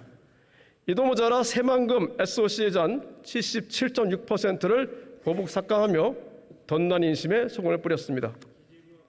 총리와 내각은 국민 절대 다수의 반대에도 후쿠시마 원전 오염수 방류를 사실상 묵인했습니다. 국민의 자존심을 무너뜨리고 국민의 주권과 안전을 심대한 위험에 빠뜨렸습니다. 원전 오염수에 대해 기준에 맞는다면 마시겠다며 비상식적인 답변을 하더니 대국민 담화에서는 국민을 가장 크게 위협하는 것은 가짜뉴스와 허위선동이라며 괴담론에 불을 지폈습니다. 오염수가 아니라 과학적으로 처리된 오염수라고 하더니 9월 5일 국회 대정부 질문에서는 과학적으로 처리된 방류에는 반대하지 않는다고 밝혔습니다. 대한민국 국무총리가 맞는지 많은 국민들께서 의아해하고 계십니다. 해병대 고 최승훈 상병의 사망을 둘러싼 권력의 외압과 군의 집단적 은폐 의혹을 규명하는 과정에서도 책임 있는 총리의 모습은 찾아볼 수 없었습니다. 국방부 장관이 혐의를 특정하지 말라고 수사단장에 위법 부당한 짓을 했음에도 수정 지시를 한 게 잘못인가? 장관의 적법한 권한 행사였다며 자의적인 해석을 하고 책임져야 할 장관을 두둔했습니다. 최근 단행된 개각으로 총리의 인사추천 권한과 검증 기능이 사실상 형용화됐음을 드러났습니다. 아들의 학교 폭력 은폐 의혹을 받고 편향된 언론관으로 언론인마저 반대하는 이동관 방송통신위원장, 국민에게 총을 쏜 전두환을 애국자라며 12.12 군사 쿠데타를 나라를 구한 것이라고 하는가 하면 5.16 군사 쿠데타를 혁명이라고 한 신원식 국방부장 후보자, 과거 국회에서의 막말과 문화예술계 인사 탄압을 일삼았다는 의혹을 받는 유인촌 문화체육부 장관 후보자, 여가부를 이끌 전문성도 없고 김건희 여사와의 친문서를 덮기 위해 거짓말을 일삼는 김행 여성가족부 장관 후보자 등 어느 하나 국민 눈높이에 맞는 인사가 이루어진 것이 없습니다. 대통령의 싸우라는 한마디에 국민의 대기관을 상대로 전쟁하시지 도발하고 고압적 태도와 비아냥으로 일관하며 국회와 국민을 조롱하고 멸시한 총리의 태도 또한 선을 한참 넘었습니다. 상권 분립의 경계를 총리가 앞장서 훼손시키는 것은 민주주의에 대한 심대한 도전으로 더는 묵과할 수 없습니다. 오늘 총리 해임 건의안 처리가 무능내각 해체에 시작이 될 것입니다. 민생 경제 회복, 국민 생명과 안전 보장, 자주적 외교와 든든한 안보, 민주주의와 한반도 평화의 복원을 위해서라도 내각을 전면 개편하고 국정운영 기조를 대폭 수정해야 합니다. 윤석열 대통령도 국정운영의 퇴행을 막고 총체적 난맥을 바로잡기 위해 결단해야 합니다. 선배 동료 의원 여러분, 정쟁하자는 것이 아닙니다. 정권이, 내각이 정신 차리라는 것입니다. 국민과 국익을 위해서라도 국무총리 한덕수에 대한 총체적 책임을 물어 해임 건의안을 압도적으로 가결시켜 주시기를 호소드립니다. 경청해 주셔서 감사합니다. 송기현 의원 수고하셨습니다. 그러면 이 안건을 국회법 제112조 제7항 및 제9항에 따라 전자 무기명 투표 방식으로 표결하겠습니다. 그리고 국무총리 해임 건의안은 헌법 제63조 제2항에 따라 재적 의원 과반수의 찬성으로 의결한다는 점을 말씀드립니다. 국회법 제114조 제2항에 따라 감표위원을 지명하겠습니다. 이장섭 의원, 정태호 의원, 박정화 의원, 양금희 의원, 이상 네 분이 수고해 주시겠습니다.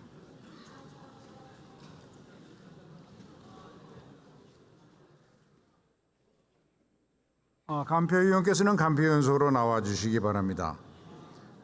의사국장으로부터 투표 방법에 관한 설명이 있은 다음 바로 투표를 시작하겠습니다.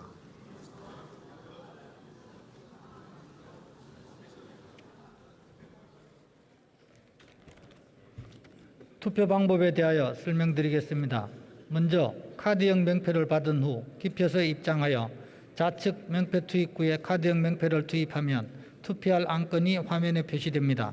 해당 안건에 대하여 가, 부, 기권 중 원하시는 항목을 선택하여 누르면 됩니다. 투표를 마치고 화면 하단에 있는 확인 버튼을 누른 후 투표용지 투입 버튼까지 눌러야 투표가 종료된다는 점을 유념해 주시기 바랍니다. 이상으로 설명을 마치고 투표를 시작하겠습니다.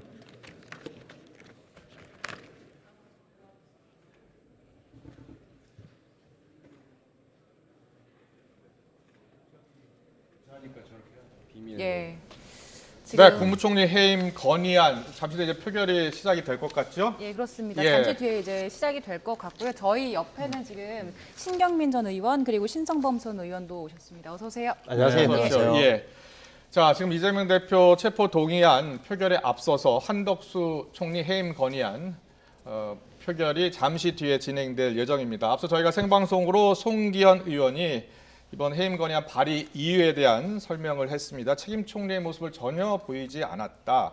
최상병 사망 사건 수사 의혹 관련해서도 책임 있는 모습을 보이지 않았고 그래서 이번에 해임 건의안을 제출하게 됐다라는 주장을 들어봤습니다. 예, 지금 이제 국회 본회의장 모습 보니까 투표가 시작이 된 것 같네요. 네. 지금 전자식으로 투표를 한다는데 전자식이면은 어떤 식으로 진행되는 겁니까? 네, 앞서 여야가 이제 합의로 네. 전자투표로 합의를 했고 지금 저기 보시면 기표소 안에 들어가서 보통 이제 수기 투표를 할 때도 보통 이제 의원들이 하나씩 명패랑 투표지를 하나씩 가지고 가는데 네. 그러니까 명패 같은 경우에는 누가 출석했는지 누가 투표를 했는지를 알 수 있게 확인하는 절차고 그리고 이제 투표 용지에다 투표를 하는데 여기는 이제 카드형 명패를 가지고 의원들이 들어가서 예. 저 안에 투표소 안에 들어가서 가부에다가 표시만 하면 되는 그런 구조입니다. 그렇군요. 예. 예. 그래서 보통 수기 투표를 하면 한글이나 한자로 가부 뭐 이걸 적어서 내는 건데 예. 그걸 이제 제대로 못 적거나 아니면 뭔가 이게 알아보기 힘들게 적었을 때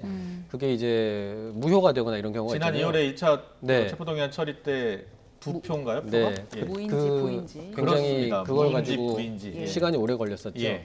그런데 이제 전자투표 같은 경우는 이제 그럴 가능성은 거의 없다고 봐도 될 것 같습니다. 예. 네. 가부에다 표시만 하면 되는 거니까. 그리고 아마 집계도 빨리 될 걸로 예상이 됩니다. 네. 네, 앞서 김경수 기자가 민주당 당론으로 추진하고 있는 사안이고 재적 의원 과반 찬성이 되면 통과하기 때문에 해임 건의안은 통과할 가능성이 높다 이렇게 이야기해 주셨는데 이제 우리 두신 의원님께 한번 여쭤볼게요. 먼저 한덕수 국무총리 해임 건의안은 지금 표결이 진행 중인데 통과 가능성이 높다는 의견이 다수입니다. 저건 뭐 통과될 수밖에 없고요. 예. 저것에 가결이냐 부결이냐에 관심을 가진 사람은 별로 없는 것 같습니다. 예, 예. 무조건 가결이 되고 또 뭐 거의 무조건 대통령이 거부권을 행사할 것이기 때문에 예. 저도 개인적으로 관심이 없지만 일반 국민들도 별로 관심들이 없는 것 같습니다. 예. 네, 신성범 의원께서 어떻게 보세요? 저도 뭐 가결될 걸로 봅니다. 예. 왜냐하면 이것은 왜 저렇게 민주당이 저 총리 해임 건의안을 왜 냈느냐. 예. 당내를 결속시켜서 다음에 있을 이재명 의원 체포 동의안에 예행 연습처럼 하는 거 하나. 예. 두 번째는 뭐 여당에 대한 여권에 대한 공세 차원에서 했던 거니까 가결은 되는데 아시는 대로 대통령은 받아들이지 않을 거고 해임 건의안이니까. 다만 역사적 기록에는 헌정사상 두 번째인가 뭐 첫 번째로 국무총리 해임 건의안이 거대 야당이 주도로 통과됐습니다. 그러나 대통령은 받아들이지 않았습니다. 끝. 이렇게 됐거든요. 예. 지금 전자투표로 진행이 되고 있기 때문에 저희가 이제 이야기를 나누는 동안의 결과가 좀 빨리 나올 것 같고요. 민주당 이재명 대표 체포동의안 관련해서 얘기를 해볼게요. 저희 그 회의 전에 의총이 있었잖아요. 네. 의총에서 어떤 이야기 오갔는지 좀 전해 들으신 게 있으십니까? 의총에서 뭐 발언은 그렇게 많지 않았다고 얘기를 들었는데요. 예. 아무래도 신경전 내지는 이 친명과 비명 간의 어떤 그 뭐라고 그럴까요? 마인드 리딩 뭐 예. 이런 기세를 읽는 거 뭐 이런 것들이 있었는데 네. 오히려 지금 의원들이 굉장히 주목하는 대목은 10시 반에 녹색병원에 가서 박광원 대표하고 이재명 대표가 두 당대표와 원내대표가 만난 것이 진짜 무슨 얘기를 나눴느냐 하는 거죠. 근데 브리핑을 지금 원내가 했는데 네네. 원내대표가 브리핑을 했습니다. 네, 브리핑을 한 내용은 별거 없습니다. 네. 근데 거기서 제일 많이 나온 단어는 당 운영에 대해서 얘기를 했다라는 거거든요. 당 운영이요? 네. 예. 그러니까 당 운영이라는 게 도대체 그건 뭐냐라는 네. 건데 일단 박광원 대표는 당 운영이 편파적이라는 많은 의원들의 의견이 있다라는 것을 전달을 했다. 그거에 대해서 이재명 대표는 그렇게 편파적으로 운영한 적이 없고 그런 의사도 없다. 예. 다만 앞으로 통합에 기여하는 방향으로 노력을 하겠다. 이게 이제 브리핑 내용의 전부 다입니다. 그런데 그것을 얘기하러 10시 반에 갈 리가 없거든요.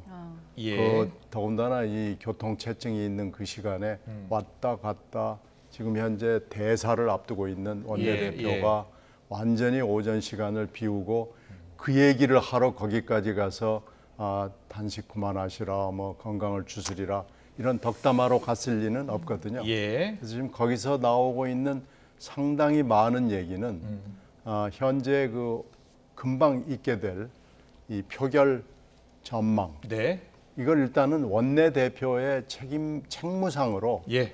일단은 167명의 의원들 내지는 친야 성향의 의원들까지 포함하면 170여 명의 의원들의 동향을 체크를 하지 않을 수가 없습니다. 예. 그것을 일단은 전달을 했을 거고요. 예. 그리고 당 운영이라는 것은 결국은 지금 당 운영에서 제일 중요한 문제는 공천입니다. 네. 그러니까 공천에 관련된 여러 가지 얘기를 나눴을 것이고 예. 표결의 방향과 당 운영의 방향에 대해서 의견을 나눴을 거고요. 네. 거기에 대해서 이재명 대표가 이렇게 얘기했다고 지금 브리핑을 우리가 들었잖아요. 예. 이것은 두 사람의 의견이 별로 합치되지 못한 겁니다. 예. 그래서 이게 표결에 어떤 영향을 줄 것인가라는 것이 지금 굉장히 관심거리인데 네. 분명하게 뭐라고 지금 속내에 있는 얘기가 나오지는 않았어요. 예. 그러니까 잘 모릅니다. 그러나 지금 여의도에 돌아다니고 있는 찌라시 중에는 친명계의 지도부가 박광원 원내대표에 대해서 당신 좀 물러나는 게 좋겠다라고 반발을 했다는 거예요. 네, 아직 확인되지 않은 네, 아직 얘기인가요? 확인되지 예. 않은. 그러니까 친명과 비명 간의 어떤 갈등 관계가 지금 오전 상황이다라는 것은 그것은 유추해 볼 수 있습니다. 네, 알겠습니다. 김경수 기자가 지금 뭐 현장 취재 기자와 같이 소통하고 있는 것으로 지금 알고 있는데요. 현장 취재 기자의 전언은 어떻습니까? 지금 의총에서 발언할 의원 수가 2명이었다고요? 네, 아까 예. 그러니까 지금 말씀하신 게 그 박광원 원내대표가 직접 얘기를 한 건 아니고 예. 이소영 원내대변인이 네. 앞서 이제 오늘 본회의 2시 본회의를 앞두고 오후 1시부터 민주당의 의원총회를 열었거든요. 이제 거기서 안에서 어떤 이야기가 나왔는지를 예. 그 국회 취재 기자들 앞에서 브리핑을 했습니다. 브리핑했군요. 예. 네, 오늘 의총 당시에는 이제 체포안 관련해서는 이제 뭐 발언을 하신 분은 2분 정도였다고 하고 예. 그게 이제 뭐 어떻게 방향을 정하거나 이런 건 아니었다 이런 얘기를 하고 예. 그리고 박광원 원내대표가 했던 얘기도 이제 물론 앞서도 말씀드렸지만 당 지도부가 이제 이번 체포동의안 부결이 적당하다, 그러니까 적절하다라는 의사를 전달했다고 말씀드렸잖아요. 그렇군요. 예. 이번에도 이제 체포동의안 함께 부결해달라는 예. 그런 간곡한 요청을 했다라는 이야기가 있었다 이렇게 전해지고 있습니다. 그렇군요. 뭐 사설 정보지 관련해서 기자들이 묻긴 물었는데요. 공식적으로는 새로운 지도부 꾸리자는 제안은 전혀 없었다. 네. 그렇죠? 네. 예. 그런 이야기를 했다고 기자들이 하고요. 질문을 하니까 이제 그 대변인 얘기는 그런 제안은 전혀 없었다고 했고요. 그냥 향후 예. 통합적 당 운영 관련해서 당 운영에 도움되는 기구가 필요하면 만드는 것도 충분히 고려할 수 있겠다 이런 말을 했다고 박광원 원내대표가 의원들에게 공유를 했다 이렇게 설명을 했습니다. 예. 지금 남해당 사진 새로운 기구란 무슨 기구예요? 예. 지금 남해당 이야기인데 제 눈길을 끄는 이 대목이에요. 제가 유심히 보는 대목은 이재명 박광원, 이재명 대표 박광원 원내대표의 회동이 병상회동이 누가 먼저 요청을 하는가가 중요한 거예요. 이재명 대표가 만약에 먼저 요청했으면 자 원내대표님 와보십시오. 당내 상황이 어떻게 돌아갑니까? 당내 기류가 어때요라고 물어봤을 거예요. 그럼 여기에 대해서 제가 짐작은 박광원 원내대표는 대표님 어제 말씀하신 것 때문에 당이 시끄럽다. 예를 들어서 예. 뭐 그런데 가결될 가능성도 사실 부정할 수 없습니다라고 했다 칩시다. 여기에 대해서 그러면 이재명 대표 할 말은 원내대표가 좀 간곡하게 부탁합니다. 부결시켜서 노력해 주십시오라고 하고, 그럼 박광 원내대표 입장에서는 자, 이 대목은 그래요. 당 운영과 관련해서 불만이 많습니다. 예. 라는 이야기를 한 것처럼 보이죠. 왜 그러냐? 이소영 원내 대변인이 의원총회 뒤에 뭐라고 이야기했느냐? 이재명 대표가 박광원 원내대표를 만난 자리에서 향후 당 운영과 관련해 통합적인 당 운영에 대한 의지를 명확히 한다고 밝혔다는 거예요. 예. 그 말은 예. 박광원 원내대표가 적어도 당 운영과 관련한 당내 불만을 전달했을 가능성이 높아요. 예. 거기에 대한 이재명 대표의 답변이 이거란 말이에요. 예. 그럼 무슨 뜻이겠느냐? 네. 제가 보기에는 자, 이게 찌라시와 이제 이른바 사설 정보지의 내용과 일치한 대목이 생기는 거예요. 그러니까 이번에 저희 당력을 모아서 원내대표가 책임지고 부결시키겠습니다. 네. 그 이후에는 대표께서도 적절한 대안을 내놓는 알겠습니다. 이런 그리고요, 의식이 오갔다고 보는 거죠. 알겠습니다. 이 자리에서 사설 정보지 이야기는 좀 꺼내지 않았으면 그러니까 좋겠습니다. 예, 확인되지 않은 이야기이기 때문에요. 네. 예, 그리고 일단은 공식적으로 백브리핑이 있었고요. 이소영 원내대표가 한 이야기만 전해드리면 총선 공천까지 염두에 둔 기구냐라고 물었더니 전혀 아니다라고 이야기했고요. 또 뭐 박광원 원내대표 내려놓으라는 이야기 있지 않았냐고 해서 물었더니 이소영 의원이 전혀 나오지 않았다라는 게 공식 입장이라는 점을 말씀드리겠습니다. 자, 오늘 이재명 대표 체포 동의안은 표결 처리 결과가 금세 나올 것 같아요. 그런데 원래 전자식 할 수도 있고 수기식도 할 수 있는데 지금 한덕수 총리 해임 건의안은 전자식으로 빨리 처리가 될 것 같은데 이재명 대표 체포 동의안은 수기식으로 하기로 했다는 겁니다. 왜 그랬을까요? 그러니까 자, 기명이냐 무기명이냐, 이름 내 이름을 적느냐 안 적느냐, 이게 뭐 비밀을 보장한다는 거고, 다만 지금 이제 무기명을 하는 이유는 인사기 때문에 하는 건데 예. 전자식은 여야 합의를 한 거죠. 예. 예. 국무총리. 근데 왜 원래는 수기식인데 여야가 합의를 하면 뭐 그런 게 된 거죠. 근데 왜 그러면 저 이재명 의원 체포 동의안만 수기식으로 하는 거냐? 저도 잘 모르겠어요. 그러나 예. 지난번에 기억나는 2월달에 한번 가냐 부냐 육자냐 부자냐 때문에 두 표가 몇 시간 동안 싸운 거 기억나시죠? 네, 1차 체포 동의안 처리 지난 2월 27일에 있었던 그래서 겁니다. 한 표는 부로 해석해주고 한 표는 무효로 해석해주면서 논란이 잠재운 적이 있는데 네. 저는 이번에는 그런 문제가 발생해요. 그러니까 한글로 가부 또는 한문으로 가부 쓰면 되는 거니까 예. 저는 무효표 논란은 이번에 일어나지 않을 거다. 왜냐하면 모든 의원들이 이번에는 태도를 명확히 해야 된다는 정도는 상식적으로 알고 있을 자, 거예요. 지금 저희가 화면 보여드리고 있는데요. 오른쪽은 본회의장 화면이고요. 왼쪽 지금 보고 계시는데 국회 앞 모습입니다. 네, 이재명 대표를 지지하는 당원을 비롯해서 많은 분들이 나와서 이재명 지지를 호소하고 있고요. 네, 체포동의안 부결을 당연히 호소하고 있는 것 같고요. 김병수 기자. 네. 지금 이재명 대표를 지지하는 모임 중에 이제 개딸, 강성 지지층, 개혁의 딸들이라고 이야기하죠. 강력하게 지금 부결을 요구하고 있고 또 의원들한테 실제로 압박을 하고 있다면서요. 네. 예. 아무래도 이제 의원들도 사람이다 보니까 예. 저런 부분에 대해서 좀 이제 압박을 느끼지 않을까 싶기도 한데 그러니까 이제 2차 체포동의안 표결을 앞두고부터 이제 의원들에게 직접 뭐 연락을 해서 의원이 이제 뭐 가결 부결 어떤 의견을 밝혔는지를 인터넷상에 커뮤니티에 공유를 하면서 이제 예. 이른바 강성 지지층들이 그렇게 인터넷에 공개를 하고 이런 것들 예. 자체가 그 의원들에게는 사실 그게 부담이 되는 거죠. 예. 나중에 뭐 말씀하신 것처럼 이제 공천 관련 문제도 있을 수 있고 앞으로 네. 이제 총선이 앞으로 다가오고 있잖아요. 그렇기 예. 때문에 사실 지지자들을 무시할 수가 없는 상황이기 때문에 예. 아마 그런 것들이 또 이제 오늘 잠시 뒤에 있을 이재명 대표 체포동의안 표결에도 어느 정도 얼마나 영향이 있을지 한번 좀 네. 살펴볼 부분인 것 같습니다. 신신 의원님 두 분은 이제 직접 전 의원을 하셨으니까 더 잘 느끼실 것 같아요. 이런 식으로 강성 지지층이 부결 약속하는 의원들 명단 올리는 사이트 만들고 이러면 어느 정도의 압박감을 느끼십니까? 부담을 안 느끼지는 않죠. 예. 뭐 분명히 부담은 있습니다만은 개인의 결단이고요. 저도 그때 그런 경험이 있습니다만은 그 투표를 앞둔 상황, 인사는 아니었어요. 근데 NGO 쪽에서 전화가 와가지고 예. 의사를 분명히 밝혀라라고 얘기를 하는 거예요. 그래서 예. 제가 그렇게 얘기를 했습니다. 물론 내 생각은 있지만 예. 그 NGO 쪽에다가 내가 이것을 가지고 내가 찬성이다 반대다라고 예.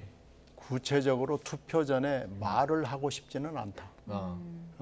내가 내 개인적 철학과 여러 가지 역사적 판단에 따라서 내 양심에 따라서 하겠다라고 해서 거절을 한 적이 있습니다. 그랬더니 이제 거절했다 그리고 뭐 막 사방에 올리고 뭐 난리를 쳐요.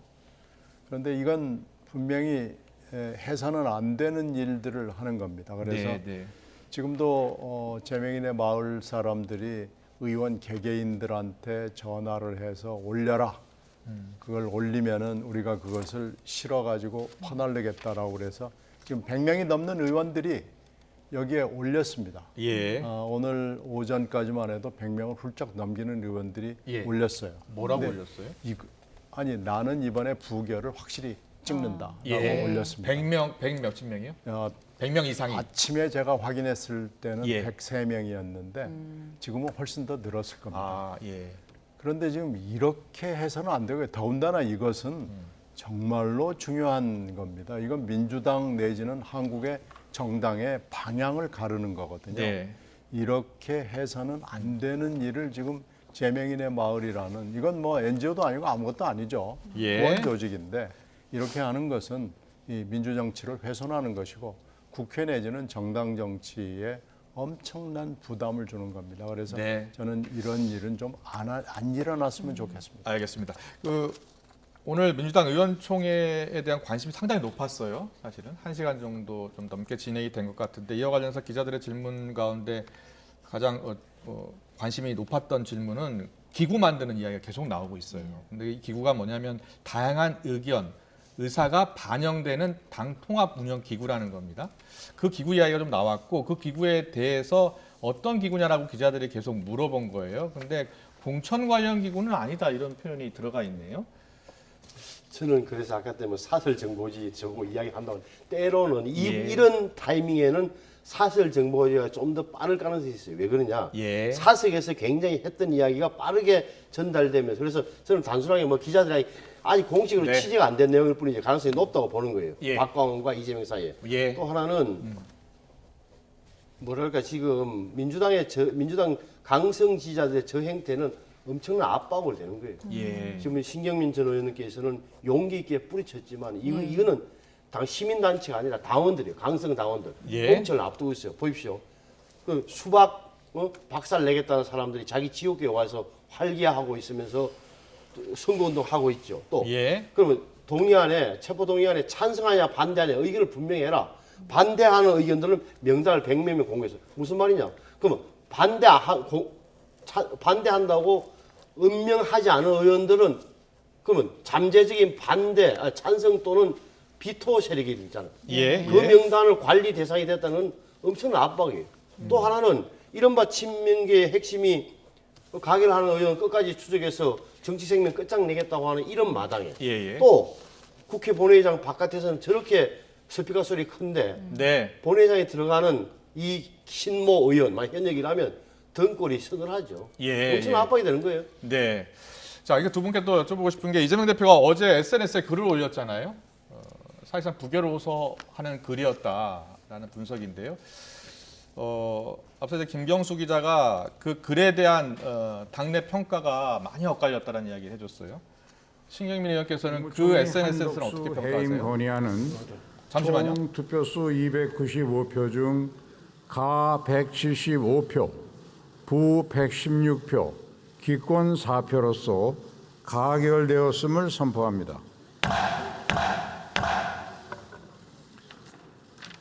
다음 안건 처리 준비를 위해서 의원님들께서는 잠시만 의석에서 대기해 주시기 바랍니다.